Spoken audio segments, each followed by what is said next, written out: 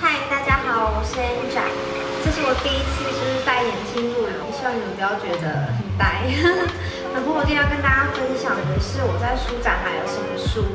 然后因为这些书我还没有看，所以我还加了就是2本我要介绍给大家，我已经看过，然后我觉得影响我非常多的书。然后要先跟大家讲一下，就是为什么我的头发好像看起来很狼狈跟很乱，是因为我才刚烫完，然后不到2天还不能洗头，我也不想要上就是定型液啊或是慕斯之类的去帮它塑形，所以今天就是录影录起来有一点狼狈，但是其实我的发型是很好看的，只是现在还没有办法整理。然后还要跟大家说一下，为什么我会想要做这个书的主题，是因为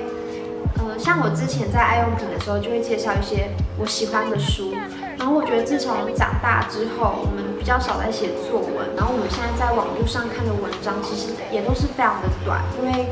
大家上网的专注力其实很短，你不可能去上面看一篇20页的文章，一定不可能嘛。可能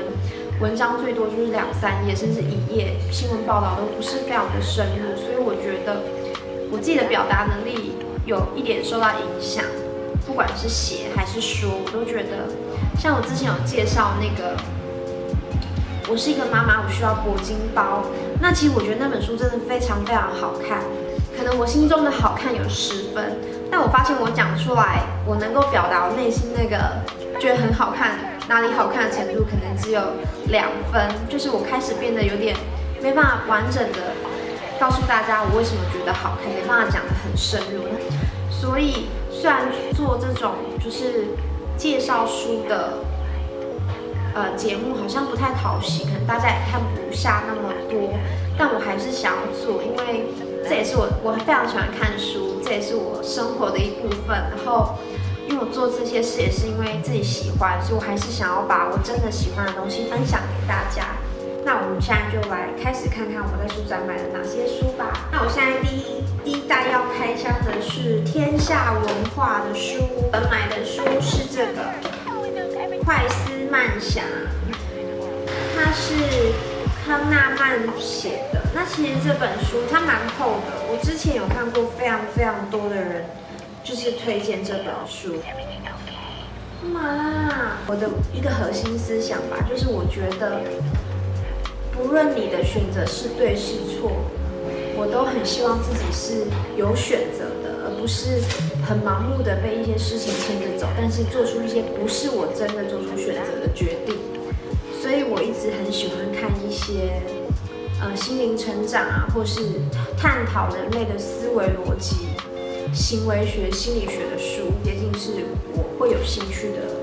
主题，所以我就买了。那等我之后有看完，再跟大家分享这一本的心得。第2本是这个第2曲线，就是我觉得我买它的原因也是跟我前一本很像，就是他在讲一些可能关键的一个转折的思考，或是一些思考的盲点。那我对这种书都很有兴趣，所以我就是打算来研究看看。那我第3本买的书是这一本创业，然后它是林之晨写的。那我会买这本书，其实我现在就是自己已经在创业了，所以我还是会想要参考看看，可能一样在创业的路上，在走这条路的人他们的想法和看法，面对面也很好。可是我觉得看书的话，会比日常的聊天可以更深入的了解这个人他的心路历程，因为毕竟使用的篇幅比较多嘛，就跟一般的闲聊又不太一样。对，所以我蛮喜欢看别人创业的故事，因为我觉得可以互相交流。接下来呢是我在漫游者文化的就是展区，那我在这边也买了很多书，然后我觉得它有一些很特别的书，它好像你消费2本书以上就还送你一个这个。就是着色铅笔，所以我觉得他们非常的用心，然后赠品我觉得也很有诚意，就是你收到真的觉得质感很好。另外一个礼物我也非常喜欢，他还送你一个年历，然后它每一个月份还会有一个很漂亮的插图，就真的非常用心。我发现有这个礼物的时候，我真的觉得很开心。介绍的第1本书是这一个宇宙从我心中升起，它里面其实在讲有点像是量子物理学，还有包括探讨时间啊、空间啊的物理定律。书就是在想说，这个宇宙的转动或是这个世界的形成，都是人的心念创造的。这跟我自己相信的事情非常非常的像，就是心理法则的部分。那我觉得这本书呢，跟我之前非常非常喜欢的这一本书是李欣平写的《10堂量子创意课》，它其实也是在讲，就是量子力学可能怎么样运用在日常生活之中，你怎么样改变你的人生，过得更好这样子的书。我觉得这2本其实我大概翻了一下，我觉得他们其实在讲的事情是有一些共通点的。那因为我看了这本书，就是10堂量子力学量子创意课，我非常非常喜欢，所以我在现场我看到这一本书的时候，我就决定买回来看。然后因为它里面讲的一些量子物理学，就是大家不要觉得很可怕，它其实都是会附上一些简单的图表，帮助你更了解它的理论跟它的证明。像它里面有讲到薛丁格的猫这个理论，它的在科学上面的被证明的事情是什么？那我对于这些本来就非常有兴趣，所以我就买了。第1集是怪咖心理学，它是理查·韦斯曼，然后漫游者文化出版的怪咖心理学。那它其实里面它都是在探讨一些，也是有点像之前我刚刚讲的，就是生活上面的一些刻板印象，但他用科学的方式去证明了。比如说他去证明了占星学到底准不准，还有为什么好像有些人天生很幸运，那其实他真的比较幸运吗？那跟他的生日、他的命运真的有关吗？那这本书都是用有一些科学博士，他们用一些可以经过统计的方式去证明说，我们的一些观念，比如说传统、迷信、信仰方面，到底有没有科学，在科学上面到底站不站得住脚？所以这边它里面都是一篇一篇短篇在讨论，就是这些事情。然后我觉得也非常有趣，因为我之前有讲，刚刚前面有讲说，我就是希望自己主导自己的人生，不要被自己的偏见困住。59秒启动正能量，彻底改变我们的工作、生活与行为模式的快速练习。那其实我自己是一个非常非常喜欢看励志书的人，所以如果之后有一些我自己很喜欢的励志书，我会再推荐给大家。我这次书展里面唯一买的一本就是文学相关的书，是这一本韩国作家韩江，她是一个女生写的《素食者》。摸起来是有纹理的，我觉得它整个搭起来的感觉我非常非常的喜欢。那我发现这一本书它有入围英国的布克奖，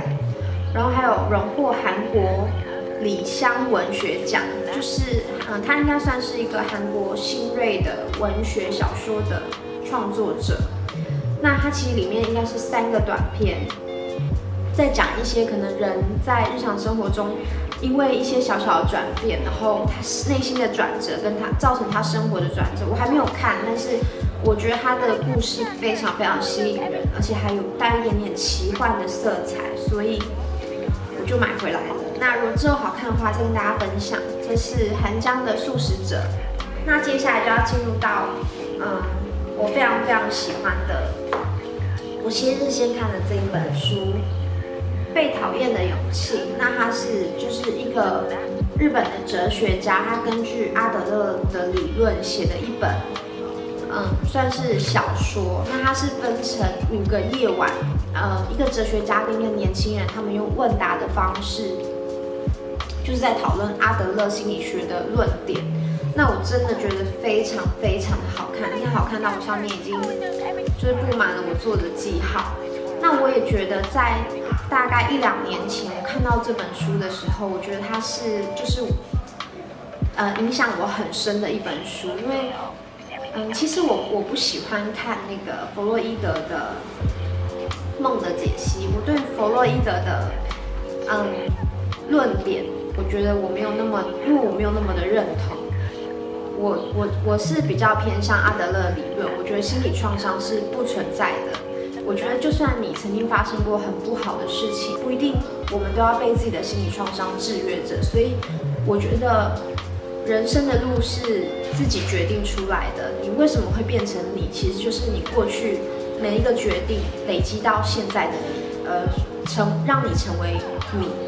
所以我的论点，我自己相信的人生是跟阿德勒的理论比较接近的。所以我发现这本书之后，我就觉得它更是印证了我内心的想法，更坚定了我的信念，所以我非常非常的喜欢。去找了这一本书《阿德勒心理学讲义》，它是阿德勒自己本人写的，就是不是任何的哲学家或文学家再去把它再创作的故事。这本书就是阿德勒他自己的论点他自己写出来的。那其实我觉得大家不用觉得好像他是不是很硬派、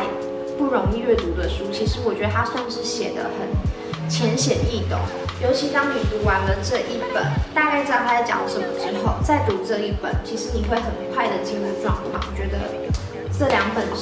就是真的有影响我人生的书，所以想要推荐给大家。